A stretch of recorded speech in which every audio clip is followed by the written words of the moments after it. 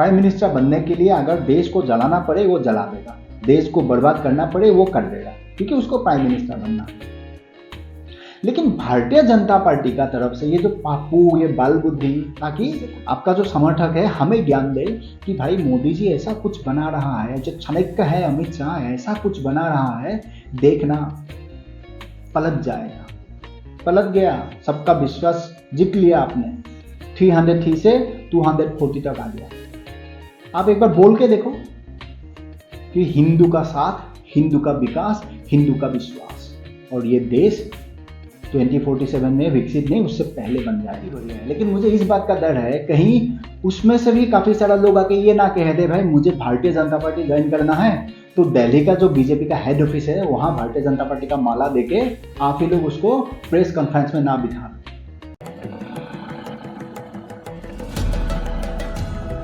नमस्कार साथियों, आप सभी को एक बार फिर से स्वागत है।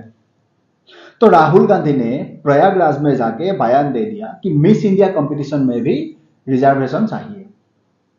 अक्सर तो वो बोलते रहता है कि यार रिजर्वेशन एक मुद्दा है, दलित, एससी, एसटी, ओबीसी ये होना चाहिए। उनका एजेंडा और नैरेटिव क्लियर है, राहुल गांधी को प्राइम मिनिस्टर बनना है। उसके लिए जो मुस्लिम वोटर्स है राहुल गांधी के लिए फिक्स है।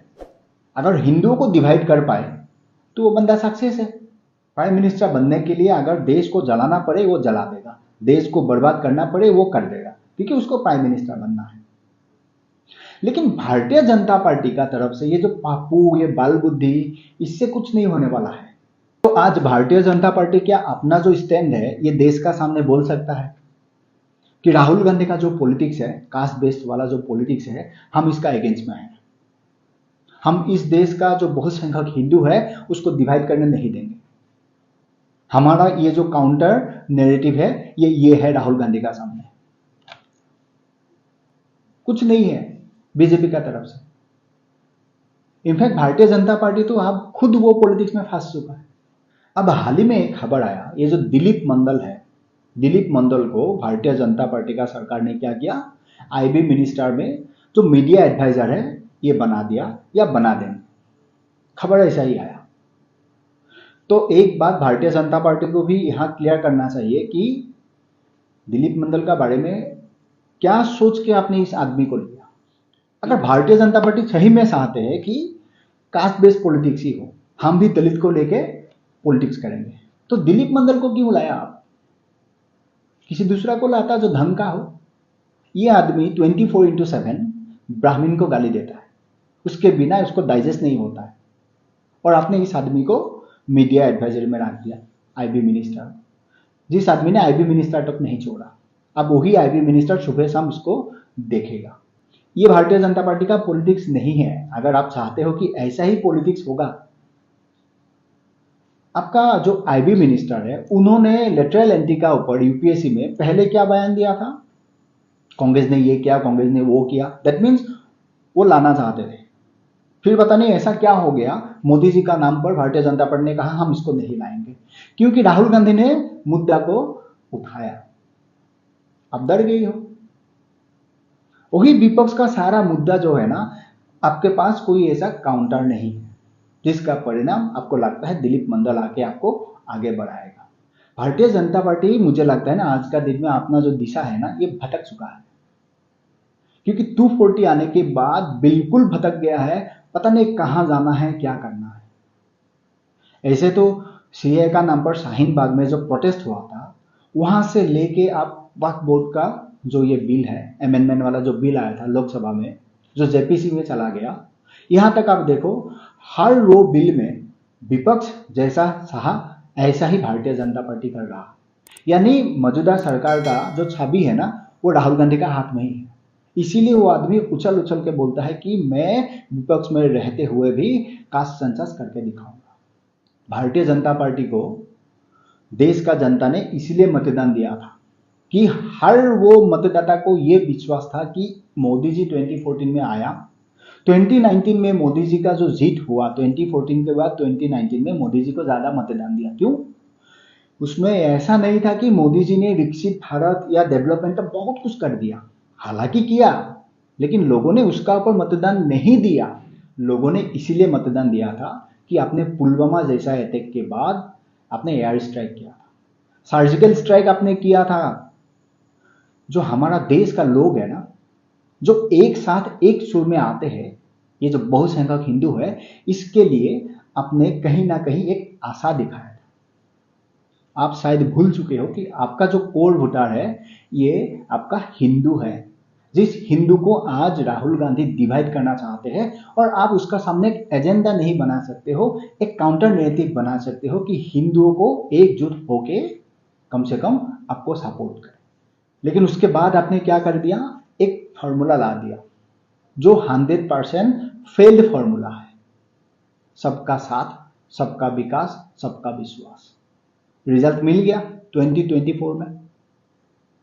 और यूपी में यही राहुल गांधी का फॉर्मूला जो है कास्ट बेस्ड वाला, वहां काम कर गया, ताकि आपका जो समर्थक है हमें ज्ञान दे कि भाई मोदी जी ऐसा कुछ बना रहा है, जो चाणक्य है अमित शाह ऐसा कुछ बना रहा है, देखना पलट जाएगा।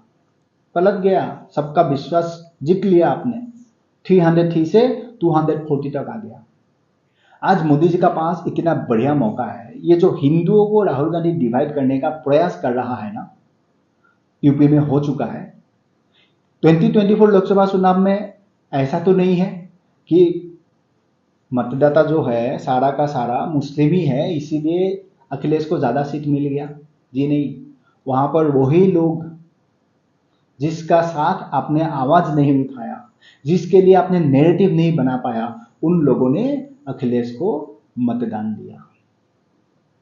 अब ये आगे भी होगा, जब तक आप एक नैरेटिव देश का सामने नहीं ला पाओगे और हिंदुओं को एकजुट करने के लिए आप ऐसा योजना नहीं बनाओगे। आज का दिन में बहुत ही ज्यादा ये जरूरी है।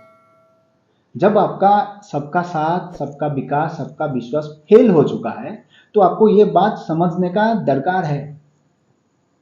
जब कार सेवकों ने गोली खाया था, ये सोच के नहीं खाया था कि मैं एसटी हूं, मैं एससी हूं, मैं दलित हूं, मैं ओबीसी हूं, नहीं खाया था। वो गर्व से गोली खाया था कि मैं हिंदू हूं, प्रभु राम मेरा भगवान है। ये हिंदुओं का एकता है। आपको आज समझना चाहिए मोदी जी, आपके पास मौका है। 21 अगस्त को दलित का नाम पर, आरक्षण का नाम पर भारत बंद का ऐलान कर दिया। कितने लोग गया, क्यों नहीं गया लोग? ये जो भारत बंद का जो ऐलान किया था, कितने लोगों ने इसको सपोर्ट किया? किसी ने भी नहीं किया। जो दलित संप्रदाय है उसमें से भी आप काउंट कीजिएगा, मुश्किल से 1-2% ही आया होगा निकल कर। क्योंकि हर वो भारतीय जो हिंदू है, इसको इस बात का भरोसा है, ये मान के चलता है कि कास्ट बेस वाला जो पॉलिटिक्स है ये सक्सेस नहीं हो सकता है। इसीलिए आज भी वो आपका साथ है, भारतीय जनता पार्टी का साथ है। भारत का बहुसंख्यक हिंदुओं को ऐसा कुछ नहीं चाहिए। हर किसी को मालूम है 2047 में विकसित भारत क्या बनने वाला है, हर किसी को मालूम है। लेकिन आज का दिन में मुद्दा यह है कि उससे पहले 2037 में ही भारत रिपब्लिक इस्लामिक भारत ना बन जाए। आज का दिन में पूरा देश भर में जो एक्टिविटीज है, आपने तो बीएसएफ को ताकत दे दिया, आपने एयर स्ट्राइक कर दिया, बीएसएफ को इतना ज्यादा स्ट्रांग बना दिया ताकि पाकिस्तान का तरफ से अगर बम फेंक देना, भारत आके नहीं पहुंचे। बहुत बढ़िया किया, सिक्योरिटी बहुत टाइट कर दिया। लेकिन देश का अंदर जो ये पत्थर को बम बना के रेलवे ट्रैक में रख रहा है, जो रेलवे ट्रैक में खुलेआम ये जो लोहे का पत्ती रखता है कि ट्रेन एक्सीडेंट हो जाए, 100, 200, 300 लोग मर जाए, इस जिहाद को कैसे रुकाओगे आप? लाभ जिहाद तो है ही। लैंड जिहाद के लिए आपने खुद अमेंडमेंट बिल लाया जो जेपीसी में चला गया। अगर आज भी भारतीय जनता पार्टी अपना स्टैंड क्लियर नहीं करे कि हमें यह करना ही है, क्योंकि हमारा जो मेन वोटर है वो हिंदू वोटर है, तो हिंदुओं के लिए हमें यह करना है, बस कहानी खत्म, वहीं पर खत्म। अगर ये देश सुरक्षित रहेगा, हिंदू बचेगा तभी रहेगा, अदरवाइज नहीं रहेगा। ये हर किसी को मालूम है। लेकिन आज वही हिंदू हर गांव, हर कोने में फाइट कर रहा है। कितनी मां बहन बेटियों का साथ क्या नहीं हो रहा। एक रेडियोलॉजिस्ट मैंने सुना है झारखंड का, वो अलकायदा का साथ जुड़ा हुआ है। पता नहीं, हो सकता है माइनॉरिटी का कोटा में ही उसको वो जॉब मिल गया होगा, लेकिन जहां उसको नौकरी जो जनता का सेवा करना चाहिए, वहां वो जनता का बीच में बम फोड़ने के लिए योजना बना रहा है अलकायदा के साथ। अब निकल जाओ, सबका साथ, सबका विकास, सबका विश्वास। आप एक बार बोल के देखो कि हिंदू का साथ, हिंदू का विकास, हिंदू का विश्वास, और ये देश 2047 में विकसित नहीं, उससे पहले बन जाएगा। क्योंकि आप जहां प्रयास कर रहे हो ना मोदी जी, मैं आपको क्लियरली बोल रहा हूं, इनका जो ये ग्रीन बुक है ना, उसका सामने आइंस्टाइन, न्यूटन जैसा साइंटिस्ट फेल हो चुका है। आप कुछ नहीं कर पाओगे।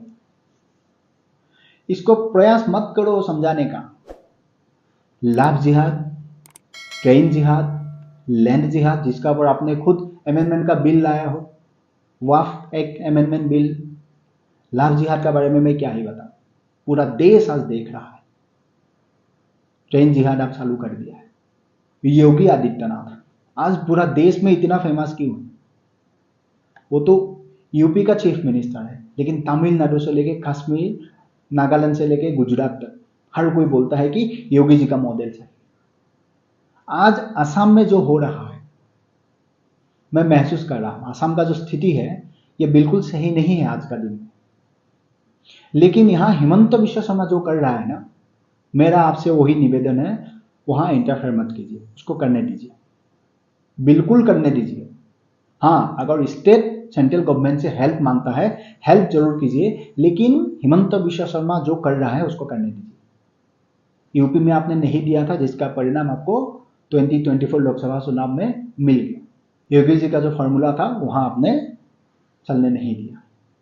तो असम में ऐसा मत कीजिए। असम का स्थिति आज का दिन में सही नहीं है। और स्टैंड का मतलब ये नहीं है कि गृह मंत्री ये बता दे कि मार्च 26 से पहले जो लेफ्ट एक्सट्रीमिस्ट है ना, ये खत्म कर दूंगा। हो गया तो बहुत ही बढ़िया है, लेकिन मुझे इस बात का डर है कहीं उसमें से भी काफी सारा लोग आके ये ना कह दे भाई मुझे भारतीय जनता पार्टी ज्वाइन करना है, तो दिल्ली का जो बीजेपी का हेड ऑफिस है वहां भारतीय जनता पार्टी का माला देके आप ही लोग उसको प्रेस कॉन्फ्रेंस में ना बिठा दो। क्योंकि आपका ऐसा रहा है ना, पहला दिन अगर कहते हो कोई खराब था, दूसरा दिन वो अगर आपका पार्टी में आ जाए इसीलिए आपको वॉशिंग मशीन कहते हैं, तो ये फॉर्मूला भी गलत हो जाएगा। शायद आप भूल गई हो। इस हिंदुओं के लिए आपके पास आज आवाज उठाने का, हिंदुओं को एकजुट करने का आपके पास मौका है, इसको उठाओ। आप एक बार देखो बोल के, एक बार आप ऐसा कुछ करके दिखाओ कि भाई ये जो बहुसंख्यक हिंदू है, इसका ऊपर किसी ने भी आंख उठा के देखा ना, इसका परिणाम सही नहीं होगा। देखना आपको 300 क्या 700, 750 पहुंच जाओगे आप। क्योंकि यहाँ का लोगों को आज का दिन में सबसे बड़ा प्रॉब्लम ये डेमोग्राफी है, जो डेमोग्राफी हर रोज किसी ना किसी हिंदू परिवार का ऊपर जुल्म कर रहा है। और हर वो हिंदू ये चाहते हैं कि हमारे लिए मोदी जी या भारतीय जनता पार्टी का जो विश्वास है ये करके दिखाए। हिंदू आपका कोर उतार है, ये नहीं भूलना है। आप कितना भी विकास कर दो, वो आपको वोट नहीं देने वाला है। आपको जो वोट करेगा वो हिंदू ही करेगा, तो आपको हिंदुओं के लिए ही आवाज उठाना पड़ेगा। ये बात कभी भारतीय जनता पार्टी को भूलना नहीं चाहिए। आज का दिन में भटक गया है, लेकिन फिर ट्रैक में आ जाए और जो दिशा है इसको पकड़ते हुए आगे जाए, और हिंदुओं का भी जो उम्मीद है वो बरकरार रहे और ज्यादा मजबूत हो गए। उसी सोच के साथ आज का वीडियो यहीं पे खत्म करते हैं। मिलते हैं नेक्स्ट वीडियो में।